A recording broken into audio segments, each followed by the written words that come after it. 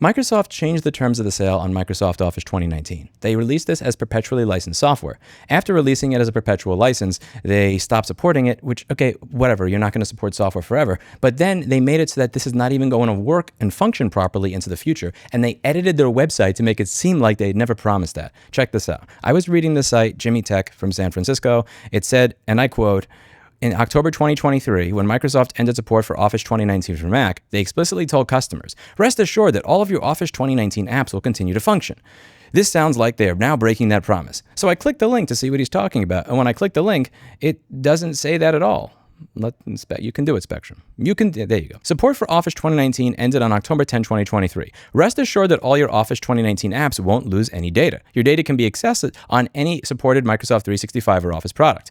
And I look for the word assured, and that's the only time that the word assured showed up in this article. So what is going on here? Is this Jimmy fuck lying to me? Is he rage baiting me? No, I decided to go to archive.org, and I found that they actually edited their fucking website on the same URL. Notice over here that it says this is published May 15th, 2026. They didn't say updated May 15, 2026. They said published May 15, 2026. But if you go to archive.org, you can see what they actually said when they ended support. Support for Office 2019 for Mac will end on October 10, 2023. Rest assured that all of your Office 2019 apps will continue to function. They won't disappear from your Mac, nor will you lose any data. So they updated this page. They didn't publish a new page. They updated the existing page without telling you that they did that to remove the part where it said that the apps will continue to function. If you want to use these older versions of Microsoft Office now, you can only use it in a read-only mode. You're not going to be able to edit or save your documents. So if you paid full price for a word processor software 7 years ago, you're not going to be able to use that word processing software again, even though you paid for the perpetual license. Someone from Apple Insider, Amber Neely, makes a very good point. Certificates can get renewed. The fact that Microsoft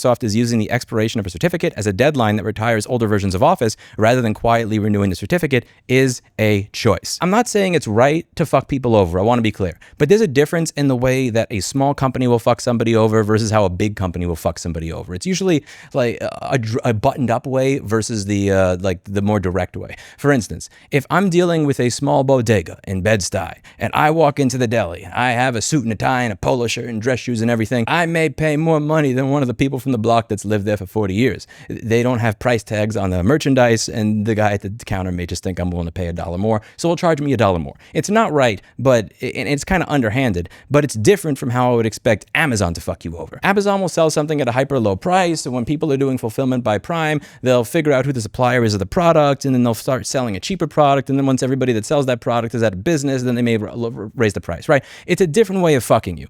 I expect larger companies to do things differently than smaller companies. I don't expect you to just outright revise your website and pretend that it wasn't there and gaslight you. This is the type of thing I expect from a company like DCS. DCS is a company that sold horrible batteries, and they sued people who pointed out that their batteries were of low quality. They had a warranty policy on their website. It said that the battery will be determined to be defective if it fails to deliver less than 80% of its rated capacity during the warranty period. Policy last updated June 14th, 2021. Then a few years later, they changed it to be 70% of the rated capacity, and it still says policy last updated June of 2021. So what they're doing is they're gaslighting you. If you went back to that page on their website, you may think, oh, I guess it was 70% all along. They're not screwing me if they're refusing to cover it under warranty, when in reality, they are screwing you because they changed it. This is what Microsoft did over here. It doesn't say updated. Right? It doesn't, they just took the exact same page where it said, rest assured that your Office apps will continue to function. They fucking changed it. And now it doesn't say it'll function. And it says that you won't be able to make, that's not how you expect a big company to fuck you over. The big company is supposed to put on a suit, dress it up a little bit, have an end user license agreement where on page 89 it says they can change the terms of the sale after the sale, and then say we're not supported. That's the way they're supposed to do it, right? They do it in a more dressed up way. They're not supposed to do it in the shanking in an alleyway.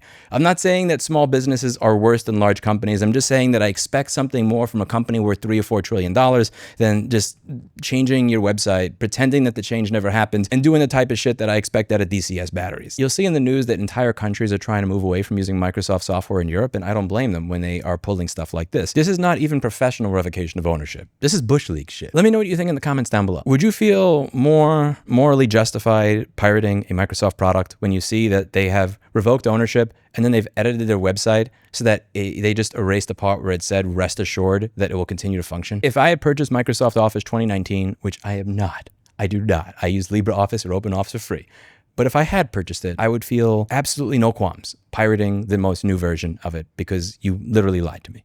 And you gaslit me into believing that you never said it was going to function continuously all along. And I think that archive.org really deserves a shout out here for all the times in the channel that we've been able to use archive.org to prove that a company, whether a really small company or a multi-trillion-dollar company, has changed the terms of the sale after the sale and gaslit or lied to their subscribers or their customers. I think archive.org and the Web Archive deserves a donation or at the very least recognition for the great work that they do in allowing us to help hold companies accountable. When you see things like this, please do not just email me, but contribute an article to the Consumer Rights Wiki so that we can have a written record of it. I like having a written record of it because it makes it very easy to update this as things change, if I got anything wrong, if there's a technical thing that could be made differently, and just so that you have something that you could share with your friends rather than a YouTube video, because there's a lot of people out there that just don't want to listen to me yap into a camera. So it's nice to be able to have an article that goes over it. I'm going to try to start including snapshots in these articles to make it easier for people to follow and see. That's it for today. And as always, I hope you learned something. I'll see you in the next video. Bye now. We also have the duty not to infringe the IP rights in the process. It is in fact the manufacturers who have the relevant rights, not consumers.